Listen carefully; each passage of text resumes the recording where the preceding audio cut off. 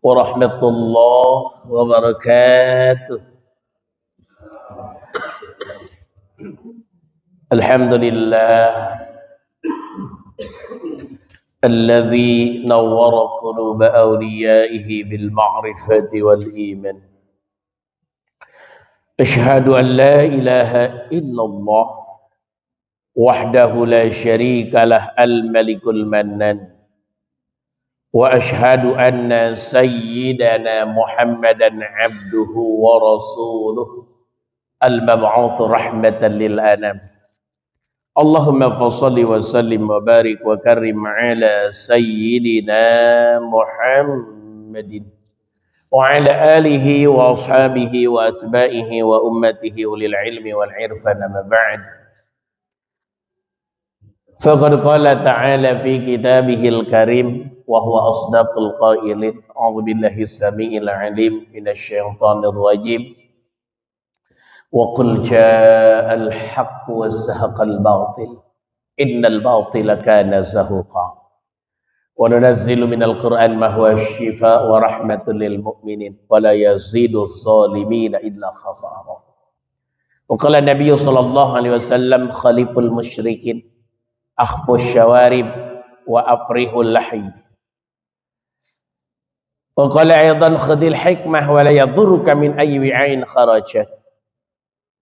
Sadaqallahul aliyyul azim, sadaqa rasuluhun nabiyul habibul karim, wa nahnu ala dzalika minasyahidin wasyakirin walhamdulillahi rabbil alamin. Yang saya muliakan para asatidz guru-guru kita semua, yang saya muliakan segenap pengurus DKM Masjid Al-Ikhlas, yang saya hormati, saya muliakan ayahanda, bunda jamaah salat subuh rahimakumullah. Bersyukur kita kepada Allah atas seluruh nikmat Allah dengan sama-sama mengucapkan kalimah alhamdulillahirabbil alamin. Banyak nikmat yang Allah berikan kepada kita, saking banyaknya tidak akan terhitung. Nikmat sehat, bisa nafas, bisa berjalan, bisa makan enak, bisa minum enak, bisa tidur sampai hujan pun gak kerasa. Itu nikmat, dikasih nikmat sama Allah. Kembali ke kemarin, biar gak hilang nikmat itu. Kalau dapat nikmat, alhamdulillah. Dapat nikmat, alhamdulillah. Dapat nikmat, alhamdulillah. Itu ya. Kenapa? Karena begitu dahsyat nikmat itu Allah berikan kepada kita, maka wajib bersyukur minimal dengan mengucapkan kalimat alhamdulillah. Rahmat teriring salam semoga Allah curahkan, semoga Allah limpahkan selalu kepada Nabi kita, Rasul kita, yaitu baginda Rasul Muhammad sallallahu alaihi wa alihi wasallam. Salatullah salamullah ala Taha Rasulillah. Salatullah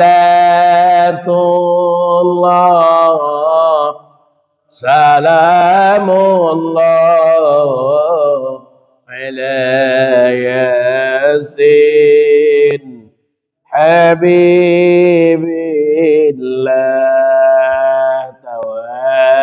Tawassalna Bismillah wa bil hadi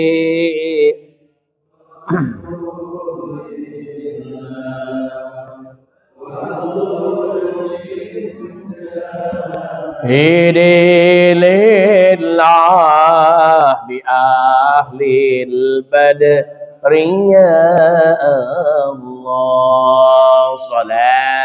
Salatullah salamullah ala Taha Rasulillah. Salatullah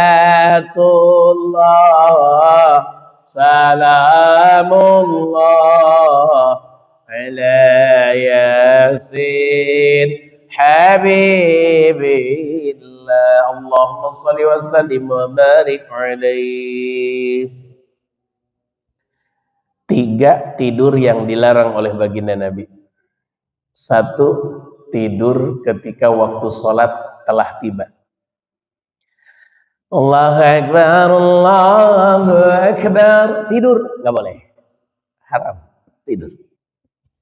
Yang kedua, tidur ketika habis sholat subuh.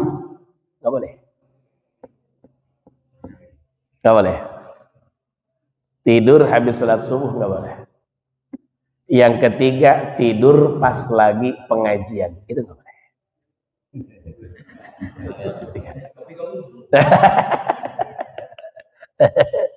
Ini kitabnya. Bapak bisa pinjamkan kitabnya. Kitab. Ya. Nggak boleh itu tidur. Kalau ketiduran nggak bisa dilarang. Nggak boleh makan minum ketika puasa. Tapi kalau lupa makan, lupa minum, rezeki. Tuh ya. Kalau pas lagi ngaji ketiduran berarti penceramahnya lemah lembut. Oke.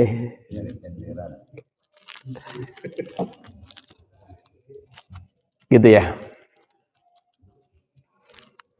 Oke.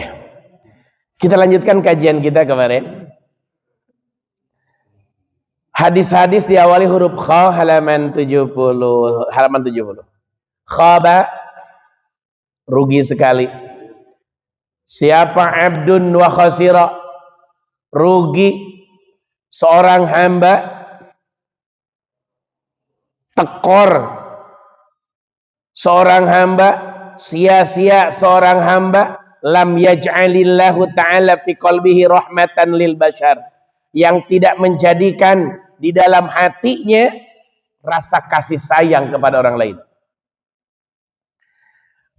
Orang yang punya hati keras, orang yang punya hati dendam, orang yang punya hati benci sama orang, mohon maaf, itu manusia yang paling rugi. Kemarin pengajian di Serpong ba'da zuhur di rumahnya Pak Haji John Lee.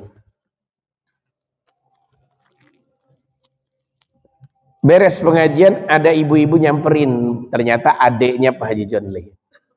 Ustaz, saya itu tidak bertanya dengan kakak saya itu udah hampir 7 bulan. Saya sakit hati sama kakak saya. Menurut Pak Ustadz bagaimana? Ibu mau punya penyakit gak? Gak mau. Ibu mau masuk neraka gak? Gak mau. Tanya besok. Minta maaf besok ke kakak ibu. Saya gak mau Pak Ustadz, terlalu sakit, berat Pak Ustadz. Itulah ruginya manusia kalau ada dendam di hati kita, walaupun kita tidak salah, Allah nunggu siapa yang duluan minta maaf.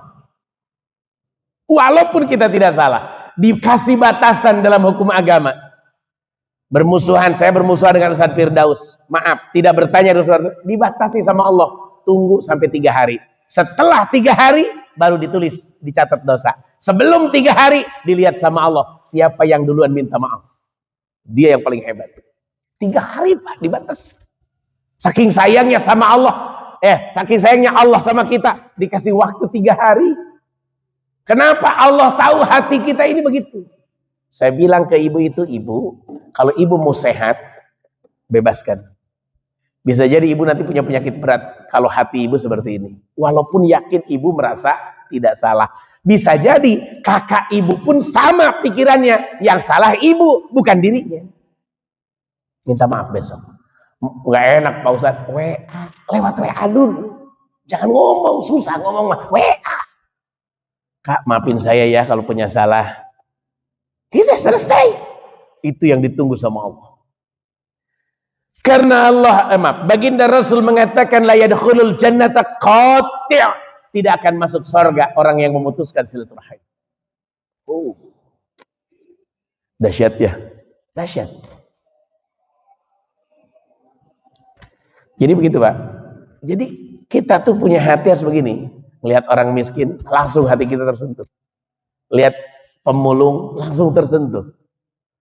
Lihat janda punya anak 4, kecil-kecil semua. Masih muda lagi, tersentuh.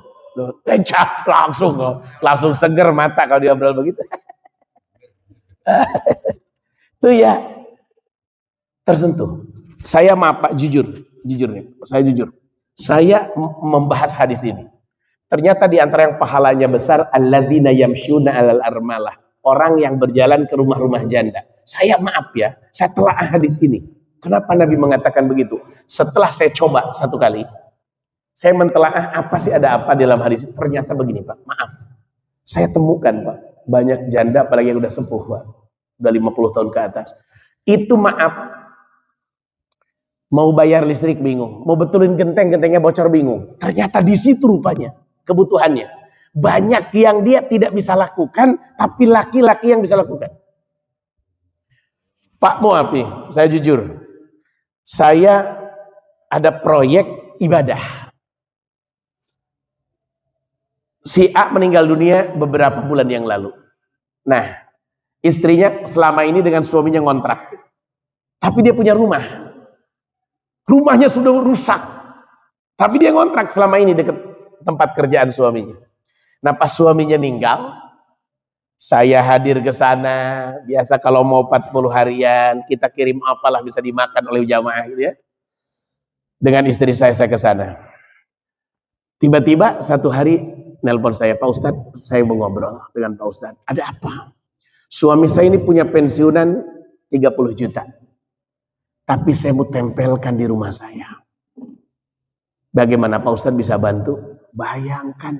Saya bilang, emang gak ada orang lain yang bisa bantu? Gak ada Pak Ustadz. Baik. Karena saya sering renovasi rumah, baik saya ambil. Saya bilang, nanti saya lihat dulu rumahnya ya. Pas saya cek rumahnya, langsung megang kepala Pak. Astagfirullah. Uang 30 juta harus jadi rumah kayak begini rumahnya. Akhirnya saya coba. Ini baru mau mulai besok dikerjakan. Inilah mungkin yang Allah perintahkan kepada kita. Alladzina yamshuna 'alal armalah. Membantu para janda. Bingung, mereka bingung. Ternyata Pak, pengaruh laki-laki buat anak, buat masa depan anak, buat pendidikan anak, buat akhlak anak itu besar daripada seorang ibu. Ibu tidak bisa sekeras kita Pak untuk mendidik anak. Dia terkadang kalah sama anak. Makanya banyak ketika ayahnya tidak berfungsi, anaknya nakalnya luar biasa. Di situ ternyata Pak. Allahu Akbar. Ustadz Munawil itu, tetangganya Pak Haji Firdaus, beberapa janda itu ditanggung sama beliau keluarganya. Hampir 10 janda itu anaknya disekolahkan, dikasih uang tiap bulan. Betul-betul itu berapa janda. Temannya meninggal dunia, dia ninggalkan anak yatim, dia ngurus. Makanya Allah berkahkan rezekinya begitu luar biasa. Udah pensiun dapat berapa miliar, diterima lagi kerja di tempat lain. Begitu dia, segitu berkahnya. Nah itu Pak, jadi maaf kalau ada saudara kita, tetangga kita janda, dilindungi. Jangan didatangi numpang ngopi. Jangan. Dilindungi, dijaga, ditanya keperluannya. Ternyata betul Pak, nyata saya. Itu ya, beberapa orang yang saya datangi ternyata betul-betul sangat membutuhkan. Kalau bisa datangnya sama istri, jangan sendiri. Karena suka itu pulangnya rame kalau sendiri. Itu ya. Gitu. Kayak punya nyali. Allah. Oke Pak. Di Pasar Lama, kemarin saya pulang ceramah dari Serpong, itu ada perempuan dengan anak kecil bawa kotak. Pinggir-pinggir sebelah kali itu santunan buat anak yatim. Jadi mereka mungkin ibu dan anak mungkin saking susahnya sampai melakukan itu dan layaknya tidak melakukan itu. Kenapa? Karena ada kita-kita Pak. Ada kita-kita yang diamanahkan oleh Rasul harus menyayangi mereka. Harusnya nggak begitu. Harusnya dicukupkan sama kita-kita. Ternyata kita tidak mampu. Insya Allah harus didata Pak. Kalau di perumahan saya itu janda ada 16. Saya data semua. Gitu ya. Mana yang muda, mana yang tua saya data. Mana yang anaknya udah bekerja, mana yang belum. Saya data tuh dilihat. Iya. Dulu istrinya siapa? Didata. Tuh asal kita Pak. Cek and recheck. Janda tidak dapat menerima zakat kecuali dia miskin. Kalau jandanya punya kontrakannya banyak nggak bisa. Tapi kalau miskin maka dia berhak.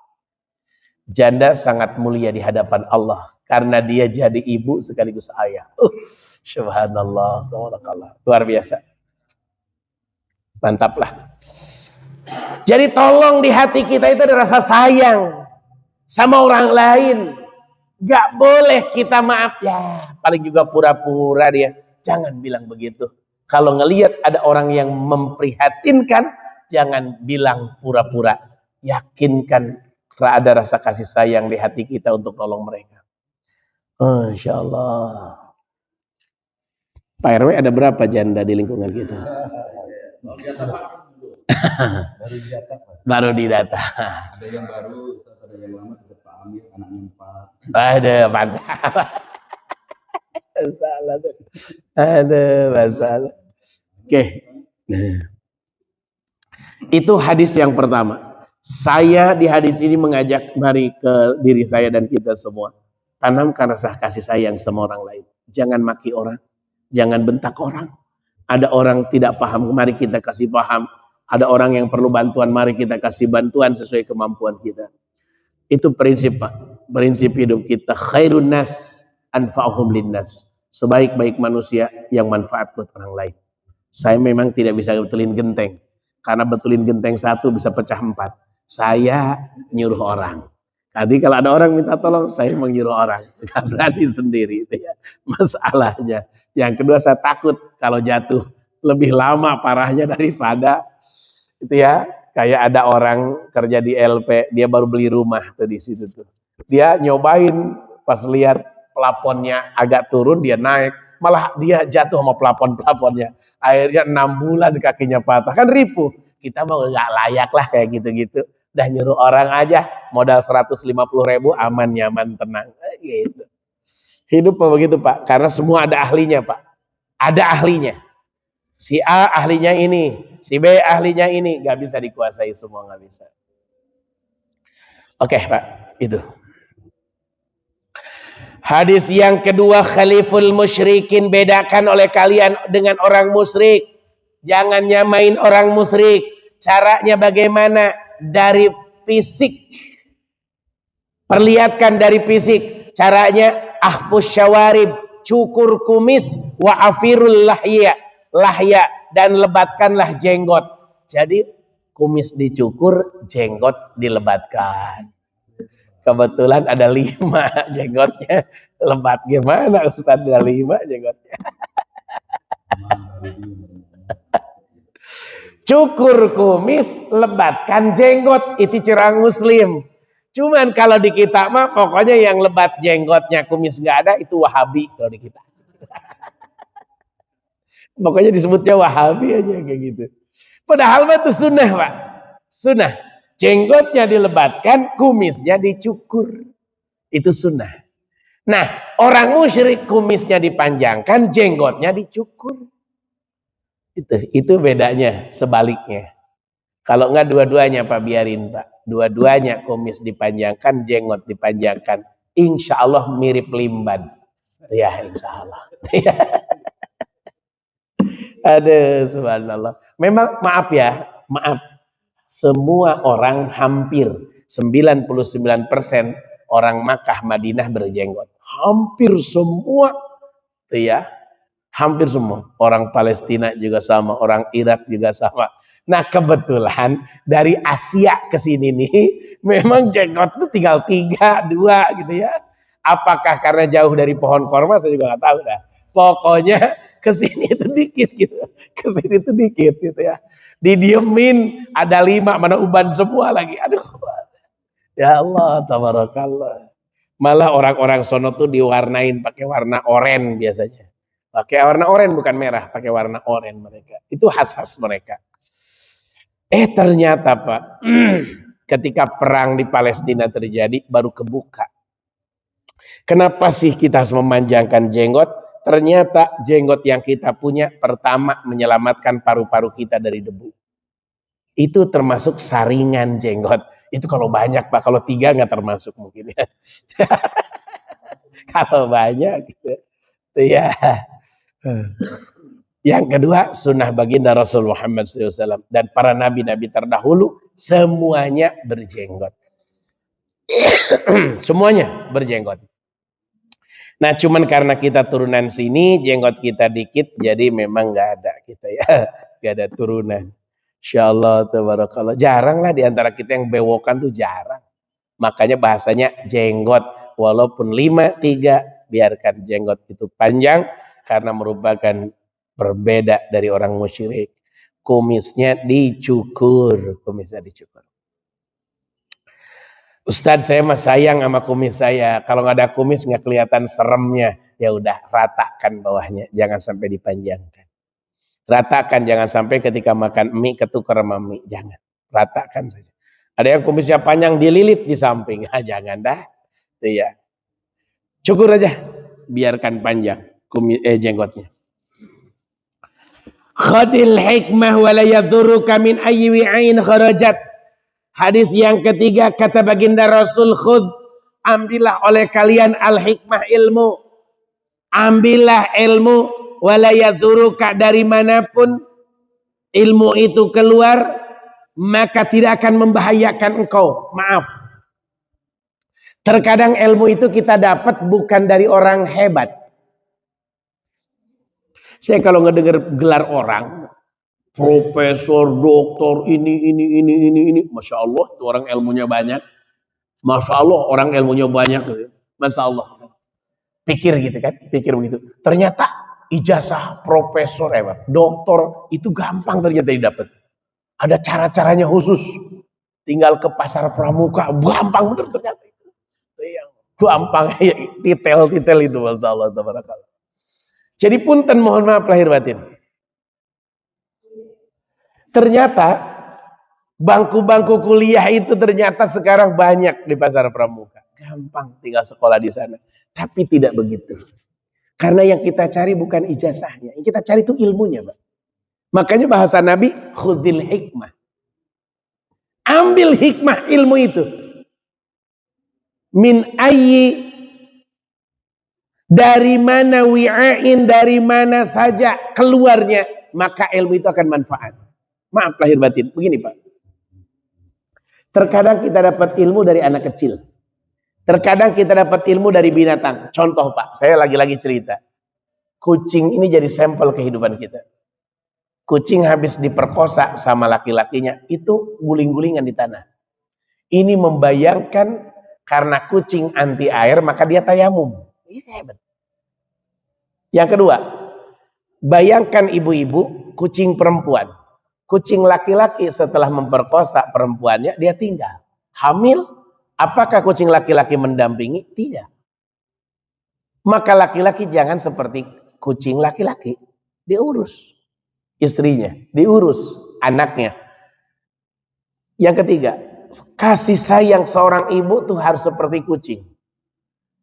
Ibunya kucing ketika punya bayi, punya anak, adalah kucing lain aja, wah udah kayak apa dia jaga anaknya itu. Hebat luar biasa. Nah itu namanya ilmu, dari manapun kita bisa ambil. Bahasa sekarang mah begini Pak. Nyari ilmu tuh mudah, tinggal buka handphone, lihat TikTok tentang agama, langsung kebuka semua. Bapak mau buka tentang ilmu apapun, ada di sana. Tinggal buka YouTube, ada di sana. Tinggal buka Google, ada di sana. Walaupun mungkin ada juga yang niat jahat mempleset-plesetkan. Mungkin, bisa aja. Tafsir apa yang nggak ada di Google sekarang. Tinggal klik, semuanya ada. Singkat kata, Allah kasih mudah. Kalau zaman saya ngaji dulu kan harus ke pesantren, beli kitab dicoretin satu lembar. Sekarang gampang. Contoh kasus begini Pak. Kemarin ada yang bertanya ke saya, Pak Ustadz, supir saya, kata Pak Haji John Lee nih, supir saya nih, dia kan talak 3 sama istrinya. Istrinya udah talak 3. Nah akhirnya saya suruh, pas udah lama supir saya ini pengen nikah lagi sama istrinya. Saya suruh dia nikah lagi sama perempuan lain, istrinya suruh nikah lagi sama laki-laki lain. Dan hal berhubungan suami istri sesuai kemauannya, baru cerai, baru boleh nikah lagi. Kata kata dia, betul nggak Pak Ustadz? Saya bilang yang satu betul, yang satu salah. Yang harus nikah lagi setelah ditalak 3 itu perempuannya, bukan laki-lakinya. Karena perempuannya untuk menjaga rahim, membersihkan rahim, targetnya kan ke sana. Ya, dan memuliakan perempuan. Laki-laki tidak boleh sembarang mengeluarkan kata talak. Itu sebenarnya saya bilang. Kalau laki-lakinya mah lihat di ayat Al-Qur'annya, hatta tankiha zaujan ghairah, sampai menikahi wanita itu laki-laki yang lain. Berarti yang harus nikah mah perempuannya, laki-laki mah nggak perlu. Oke, itu Pak Ustaz. Ya. Saya bilang, Pak Haji, kalau Pak Haji nggak percaya, buka aja. Di TikTok ada, di YouTube ada, di Google ada. Gampang. Apa yang saya ucapkan boleh dibuka di Google. Bener nggak ucapan dia? Kalau salah kasih tahu saya. Kata saya. Bener juga ya Pak Ustaz. Saya baru tahu ini. Nah ini Pak. Ini sebuah gambaran Pak. Sebuah gambaran. Banyak orang nggak paham, hanya tinggal buka aja sebenarnya. Ilmu tuh bisa dari mana saja dapat. Itu ya. Pak, ada ilmu yang bisa kita dapat dari kata orang. Ternyata benar Pak. Siapa yang sulit punya anak Pak, maka berhujan-hujanlah lalu berhubungan suami istri. Hujan-hujanan dulu, tuh ya bareng berdua suami istri, baru berhubungan suami istri. Maka insya Allah akan punya anak. Itu ada di keterangan hadisnya sebenarnya. Dan ada di ilmu ruqyah sebenarnya. Itu ya tentang itu. Hujan-hujan, mandi air hujan berdua sama istri. Setelah hujan-hujanan dalam rumah aja, bolongin gentengnya, hujan-hujanan tuh ya. Udah setelah itu berhubungan suami istri, insya Allah akan punya keturunan. Masuk akal gak masuk akal, itulah ilmu. Iya. Kata orang tua dulu, jangan pernah duduk di pintu. Itu ilmu Pak. Karena kalau duduk di pintu orang lewat susah. Begitu, makanya tinggalkan. Kalau kita memulai sesuatu pekerjaan, pengajian, mulailah hari Rabu. Kalau mau mulai bangun rumah, mulailah hari Ahad. Itu udah diatur semua hari-harinya. Itu ilmu. Ilmu itu seperti itu. Kalau motong kuku nggak boleh di dalam rumah. Itu ilmu. Karena akan mengakibatkan kefakiran. Potong kuku mah di puncak, di mall. Jangan di rumah. Ya. Jangan jadikan keset baju bekas pakai kita. Kita baju kaos, daster bekas pakai dijadiin keset nggak boleh. Itulah ilmu. Ya. Itulah ilmu. Makanya ilmu itu dari mana aja keluar, ambil saja dari handphone, dari TikTok, dari ustadz, dari anak kecil, siapapun yang namanya ngasih ilmu, terima. Itulah ilmu. Nggak boleh kita tolak. Khudil amro bitadbir. Ambillah segala urusan bitadbir dengan dipikirkan. Kalau ada masalah, pikirkan sama kita. Fa in ra'aita fi akibati khairan famdi. Setelah kita pikirkan urusan ini, kalau baik lanjutkan. Tapi wa in khifta, kalau kalian khawatir ghaiban akan tersesat, ghayan akan tersesat, fa'amsik, tahan, jangan dilakukan. Pak, ada pekerjaan, ada proyek, ada tanda tangan, ada bisnis. Kalau umpamanya mohon maaf datang ke kita, bisnis itu, proyek itu, masalah itu, kasus itu, coba ditelaah dulu, ditelaah. Dihitung. Rugi untung, bahaya tidak, buat keluarga bahaya atau tidak. Kalau kira-kira aman, famdi, lanjutkan. Kan sekarang banyak orang ngajak bisnis, naro modal, naro saham. Hati-hati Pak. Uang di bank aja bisa hilang. Uang di bank aja bisa hilang. Orang BSI di demo, bank muamalat ditaruh uang haji, ribu. Naruh tabungan di BRI, katanya tiba-tiba hilang uangnya, bukan sedikit lagi. Alhamdulillah sih uang saya nggak pernah hilang, orang nggak ada di sana. Ya. Jadi mohon maaf lahir batin Pak. Pikirkan, kalau mau melakukan sesuatu pikirkan.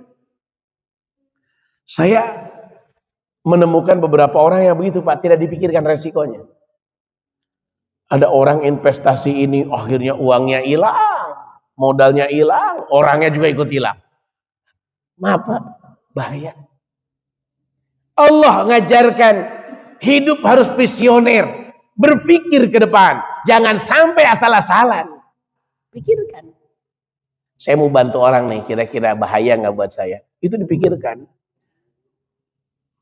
Kenapa? Nabi mengajarkan kalau baik resikonya lanjutkan. Tapi kalau kira-kira wah ini bahaya kayaknya, udah hentikan, tahan, udah jangan. Itu ya. Termasuk di perumahan ini Pak. Contoh ada proyek apa, tengok dulu Pak. Karena banyak yang orang menyesal ketika proyek itu diikutin, masyarakatnya tanda tangan, akhirnya tinggal menyesalnya doang. Ya Allah, ini dosa saya nih dulu, dosa saya. Dulu ada sebuah masjid mau dibangun, yang nolak RW. Semua masyarakat setuju, RW-nya nolak. Karena kata RW akan menyusahkan warga. DKM datang ke saya, mana nomor telepon RW-nya? Saya bilang. Nah, saya telepon, Pak RW kenapa ditolak? Nanti akan merepotkan warga Pak Ustadz. Warga jadi diminta infak terus. Kasihan warga saya. Pak RW, saran saya, namanya infak itu nggak wajib. Boleh berapa saja, boleh nggak nyumbang juga nggak apa-apa. Masjid itu nggak selesai juga nggak apa-apa, karena ladang ibadah orang. Tapi kalau Pak RW bikin tanda tangan penolakan, nanti Pak RW babak belur di akhirat. Nggak begitu Pak Ustadz, saya sayang dengan warga saya. Demi Allah Pak RW jangan begitu. Karena masjid itu nggak boleh berhenti membangun.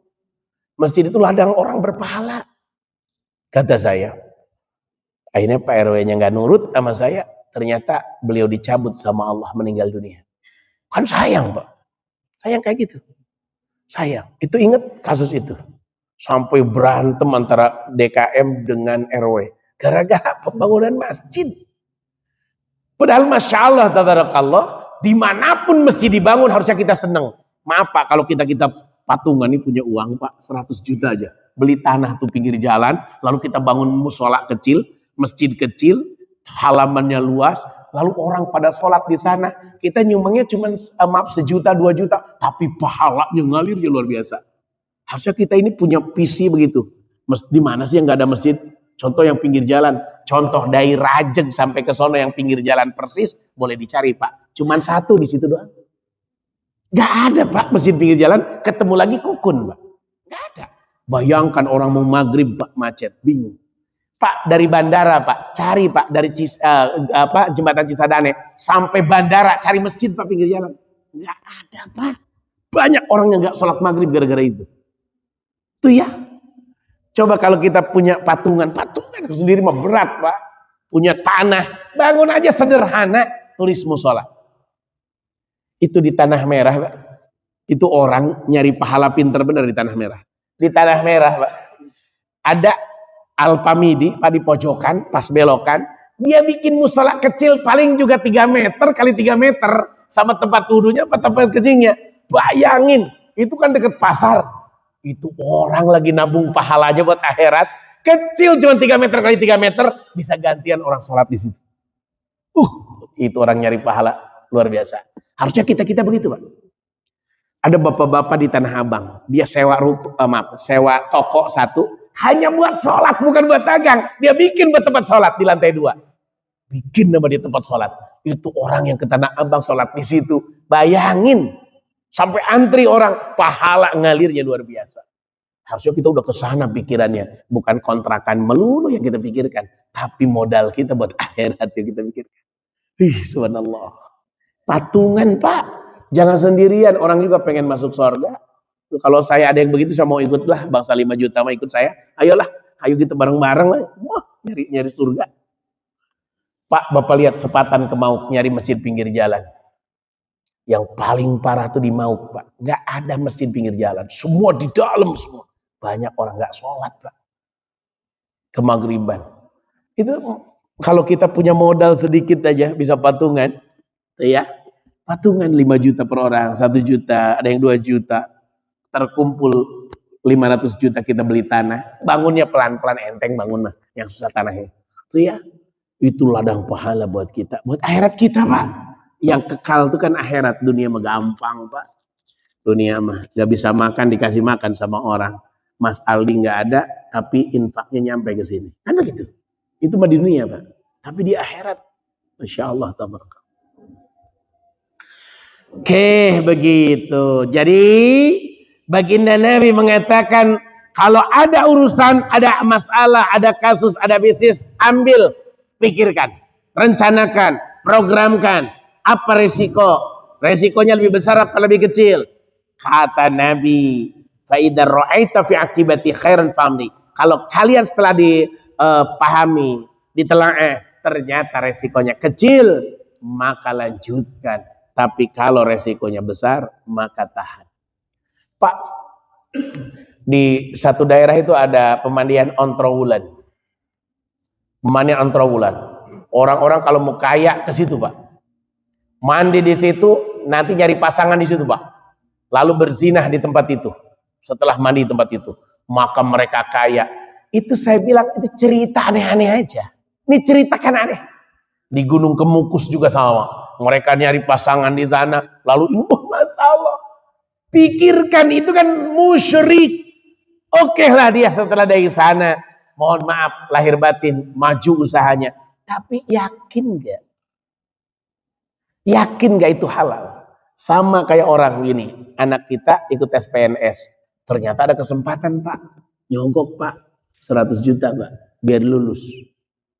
Maka maaf lahir batin pikirkan sama kita. Ini kalau nyogok 100 juta, lulus berarti selama dia gajian haram semua duitnya. Karena asalnya haram. Saya ini termasuk orang yang pernah dipinta sama seseorang dulu. Nggak lulus-lulus PNS, gua pernah lulus tes. Akhirnya datang orang, Pak Ustadz, siapkan 60 juta, pasti Ustadz lulus. Saya bilang, kalau disebut sombong sih enggak. Saya bilang, kalau 60 juta yang selalu saya usahakan ada. Tapi, kalau saya nyogok, babak belur. Gini aja deh, biar saya lulus. Kalau saya lulus, saya kasih 60 juta. Kalau nggak lulus, saya nggak ngasih. Nggak bisa kalau gitu Pak Ustadz. Uang dulu, baru lulus. Ya, kalau itu menyogok, saya bilang. Saya pengen terima kasih, saya bilang. Bedakan terima kasih menyogok, saya bilang. Nggak mau, akhirnya teman saya ngasih 60 juta lulus, saya nggak lulus. Karena saya memang nggak mau. Hidup tuh begitu Pak, pilih. Jangan sampai kita rugi, sampai kapanpun. Pikir. Itu ya, bapak-bapak maaf. Yang mau niat poligami, pikirkan dulu. Jangan Pak, kalau belum dipikirkan. Kalau resikonya baik, lanjutkan Pak. Tapi kalau tiap hari ada gagang sapu, ngancem, jangan udah. Tinggalkan. Resikonya dipikir dulu. Resiko. Banyak sahabat saya, teman saya yang gagal di situ. Karena dia tidak siap posisinya. Itu ya, tidak siap. Jangan Pak, babak belur Pak. Gitu. Pikirkan semuanya. Karena dalam hukum agama, diajarkan oleh Nabi, resiko ada dua. Baik dan buruk. Itu ya, maka kalau baik lanjutkan, kalau buruk tinggalkan. Hadis yang keempat, khudhu ambil oleh kalian minal amal, dari amal ibadah, matutikun semampu kalian. Yuk beramal, yuk beramal, yuk beramal. Fa innallaha, karena sesungguhnya Allah Ta'ala la yamilu, tidak bosan memberikan pahala, hatta tamalu, sampai kalian bosan beribadah. Jadi jangan berhenti beramal Pak. Ada kesempatan amal-amal, itu WC lagi dibangun, ya udah saya nyumbang walaupun sedikit. Nah, ada yang keliling itu infak, walaupun kecil 50.000 kita naruh. Itu ya. Ada kerja bakti di masjid, ya udah kita naruh. Gitu. Ada sumbangan anak yatim, ikutan. Tuh Pak, kita sama ibu harus punya didata rentetan orang-orang yang sodakoh, ikutan. Ketika didata dari masjid orang-orang yang mau jadi donatur, ikutan. Manfaatkan, walaupun donatur kita cuma 100.000, tapi begitu dahsyat di hadapan Allah. Begitu. Jangan Pak, jangan berhenti beramal. Terus beramal Pak, mumpung masih di dunia. Karena dunia tempat beramal, akhirat tempat menerima hasil amal. Jangan nanti aja di akhirat. Di akhirat tuh nggak ada orang beramal. adanya menerima hasil amal. Manusia di dunia bangga dengan hartanya, bangga dengan anaknya, bangga dengan keberhasilannya, bangga dengan jabatannya. Manusia di akhirat bangga dengan amal solehnya, bangga dengan amal baiknya. Ya, jadi beda, Pak. Itu yang sebelah sana itu kontrakan saya semua tuh ngejajar tuh. Nah, itu dunia, ya.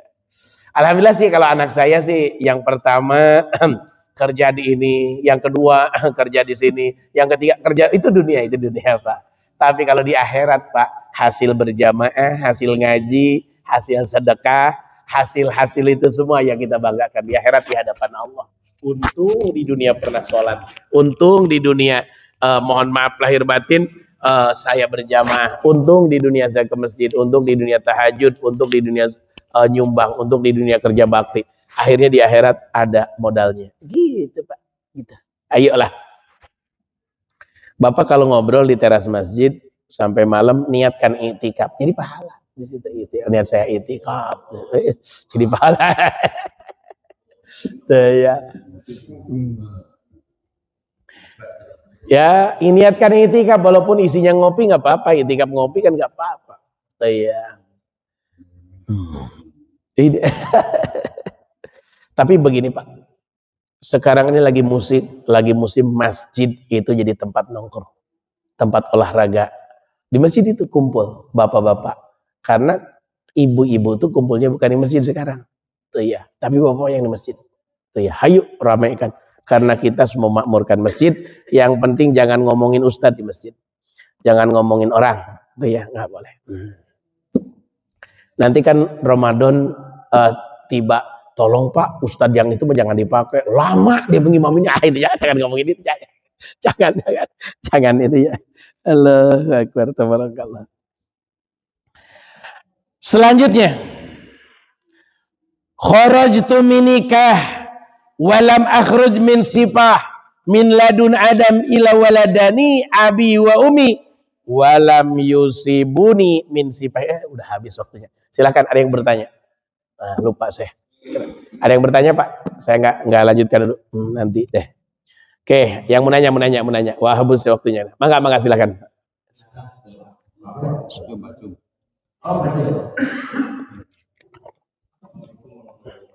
Assalamualaikum warahmatullahi wabarakatuh.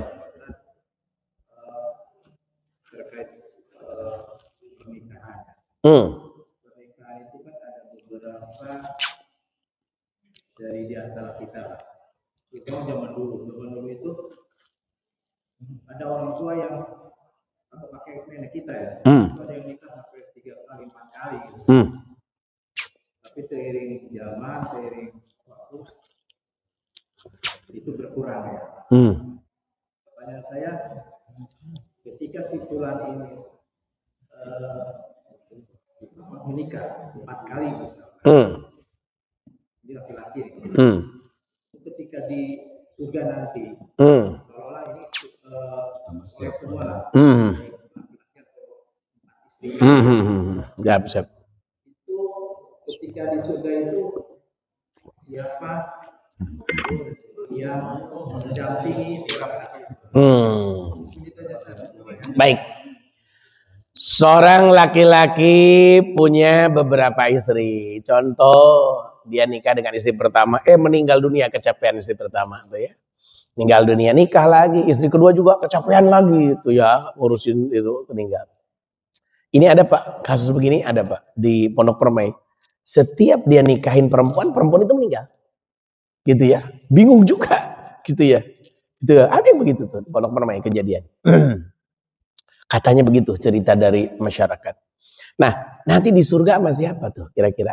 Kalau saya lihat dalam beberapa keterangan ulama, dari istri yang 4 ini, yang paling solehah yang mana? Karena di surga kita nggak mau ketemu yang cerewet lagi Pak. Ya, yang paling solehah yang mana? Maka itulah yang jadi pasangan kita. Tuh ya. Sampai bapak-bapak dulu kan pernah ngobrol, Pak Ustadz, waduh kalau ketemu istri saya lagi di surga ripuh lagi saya ini. Ripuh lagi. Dia ripuh lagi, babak belur lagi. Pokoknya mohon maaf lahir batin. Yang paling solehah di antara yang 4, yang mana itu akan jadi pasangan kita di surga. Itu ya. Makanya beruntung Pak. 4-4-nya solehah semua. Maaf ya, 4-4-nya solehah semua. Pasti ada yang lebih. Pasti yang lebih. Nggak mungkin sama. Nggak mungkin sama Pak. Nggak mungkin sama. Pasti ada yang lebih. Maka itulah yang jadi istri kita. Itu ya. Kalau kitanya masuk surga. Kalau kita nggak masuk surga ya nggak bisa. Kalau kita yang masuk surga, tuh ya. Jadi begitu Pak. Alhamdulillah hujan lah. Jadi nggak usah olahraga nih. Enak jadi. Oke gitu Pak. Yang saya tahu. Yang paling soleha yang mana? Tuh ya. Cuman Pak, sebenarnya kalau kita lihat Pak, di akhirat itu kita kalau masuk surga itu sebenarnya udah ada yang nungguin Pak. Yaitu bidadari surga.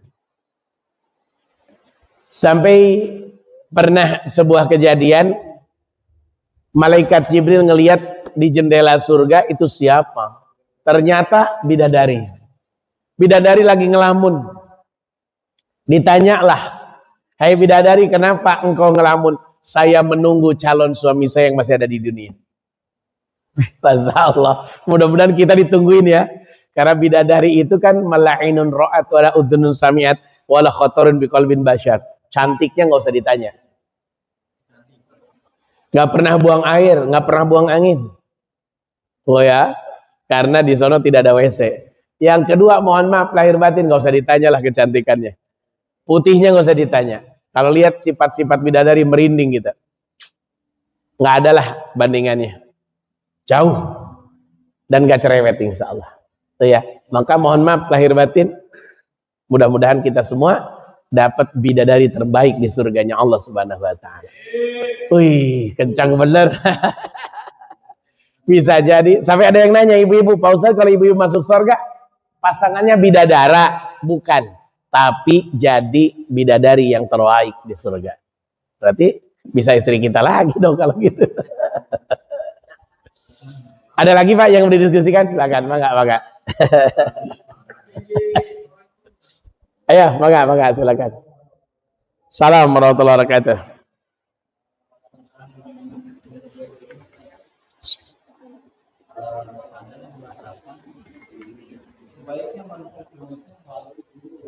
Betul.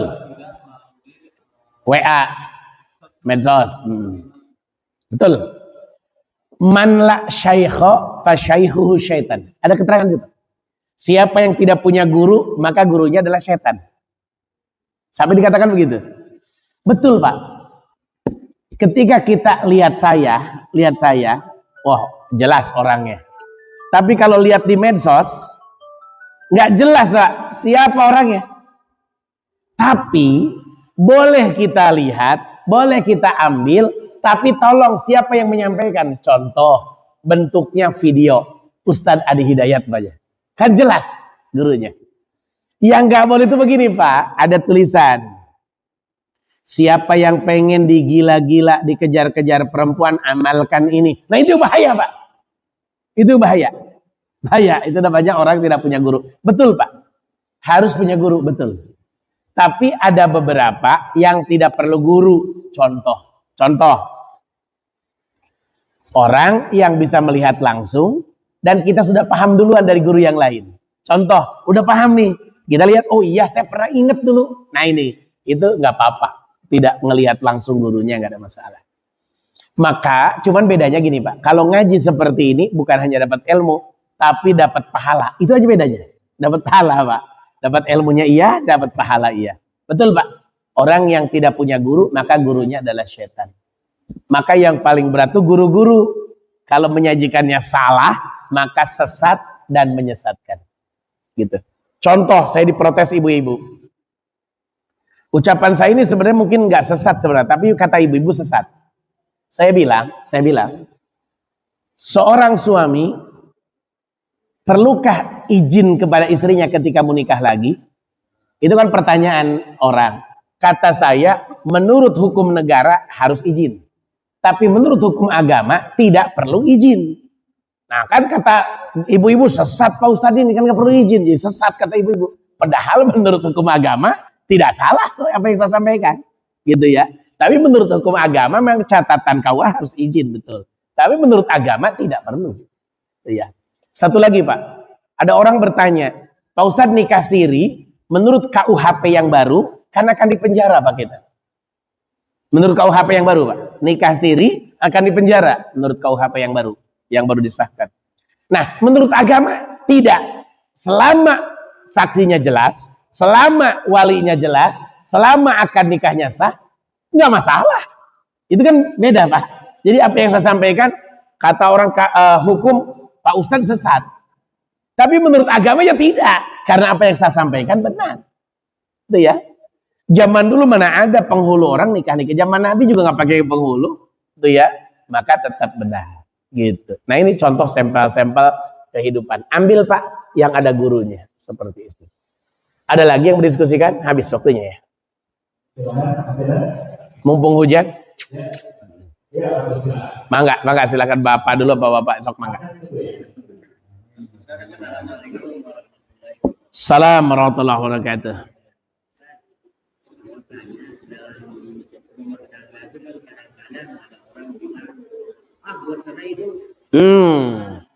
Baik.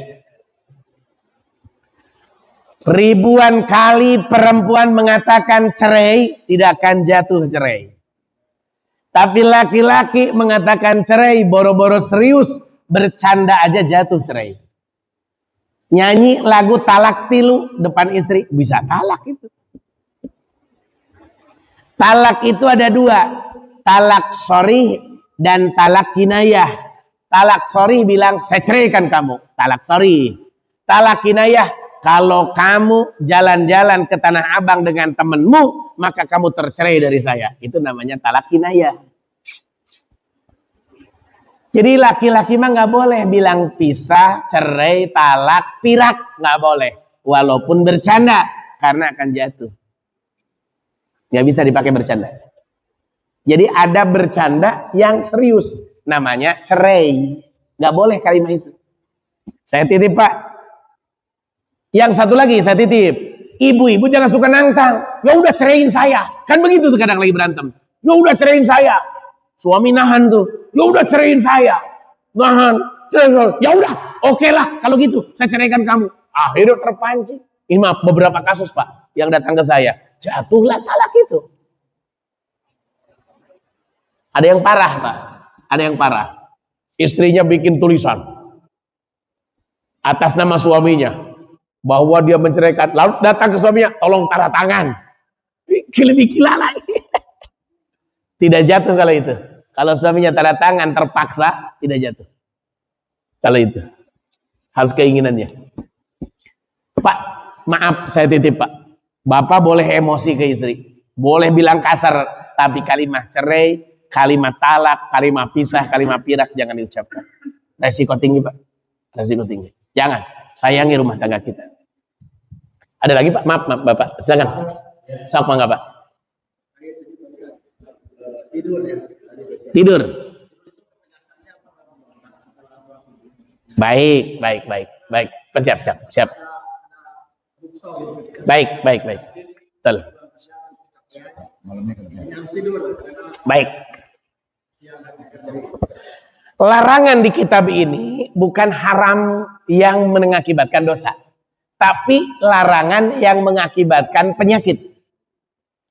Itu ya. Dan mengakibatkan menyepelekan ibadah. Contoh, tidur diharamkan ketika waktu sholat tiba, karena sholatnya akan ketinggalan. Berarti itu nggak boleh. Kalau itu bisa berdosa. Tidur habis subuh itu bukan berdosa, tapi kenapa dilarang? Mengakibatkan resiko penyakit.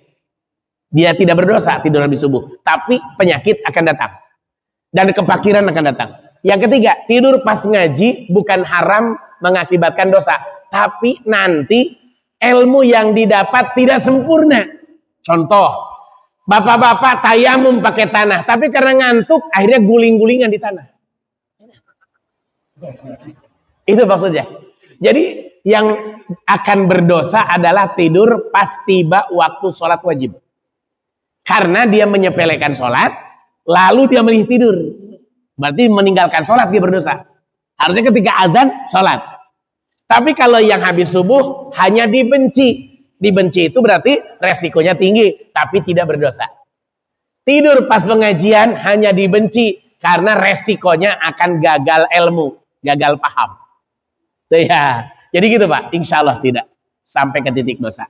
Tapi kalau saya pantang tidur habis subuh, walaupun malamnya begadang. Nunggu dulu Pak, bangsa 2 jam atau 3 jam. Baru nanti saya tidur jam 9 atau jam 10. Karena tidur terbaik itu jam 11 siang. Tidur sunnah habis duhur. Itu ya tidur sunnah. Tidur dibenci habis asar, habis subuh, habis sholat maghrib sebelum sholat isya. Itu dibenci. Gak boleh. Itu ya. Dan tidur yang paling dibenci habis makan. Harusnya habis makan mah kerja, bukan tidur. Iya, tandanya orang males kalau habis makan tidur. Hebat ya. Insyaallah. Nikmat. Ada lagi? Oh, udah habis ya? Cukup, baik kita doa ya.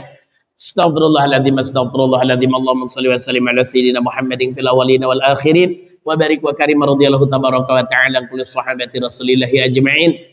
Alhamdulillahirabbil alamin hamdan syakirin hamdan na'imin hamdan yuwafi ni'amahu yukafi mazidah. Ya Rabbana lakal hamdu wa lakal syukru wa lakal mulku wa huwa ala kulli syai'in qadir. Allahumma inna asbahna nusyriku wa nusyhidu hamalat 'arsyik wa malaikataka wa jami' khalqika annaka antallah la ilaha illa anta wahdaka la syarika lak wa anna Muhammadan 'abduka wa rasuluk. Allahumma inna nas'aluka ridhaka wal jannah wa na'udzubika min sakhatika wan nar. Allahumma inna nas'aluka ridhaka wal jannah wa na'udzubika min sakhatika wan nar. Allahumma inna nas'aluka ridhaka wal jannah wa na'udzubika min sakhatika wan nar. Allahumma tawil umurana wa sahhi ajsadana wa nawwir qulubana wa tsabbit imanana wa sin a'malana wa si arzaqana wa ilal khairi qaribna wa nisyari ba'idna wa qdi hawaijana fid dini wa dunya wal akhirah. Rabbana ighfir lana dhunubana wa liwalidina warhamhum kama rabbayana shighara wa li jamil muslimin wal muslimat bi rahmatika arhamar rahimin. Rabbana hab lana min azwajina wa dhurriyyatina qurrata a'yun waj'alna lil muttaqina imama. Rabbana atina fid dunya hasanah fil akhirati hasanah wa qina adzabannar. Subhana rabbika rabbil izzati amma yasifun wa salamun alal mursalin walhamdulillahirabbil alamin. Itu yang bisa saya sampaikan. Mudah-mudahan doa kita dikabul oleh Allah Subhanahu wa taala. Maafkan bila ada ucapan yang tidak berkenan. Yang benar dari Allah, yang salah kebenaran pribadi saya mohon ampun kepada Allah. Subhanakallahumma bihamdika asyhadu an la ilaha illa anta nastaghfiruka wa natubu ilaik. Billahi taufiq wal hidayah wal afa minkum. Assalamualaikum warahmatullahi wabarakatuh.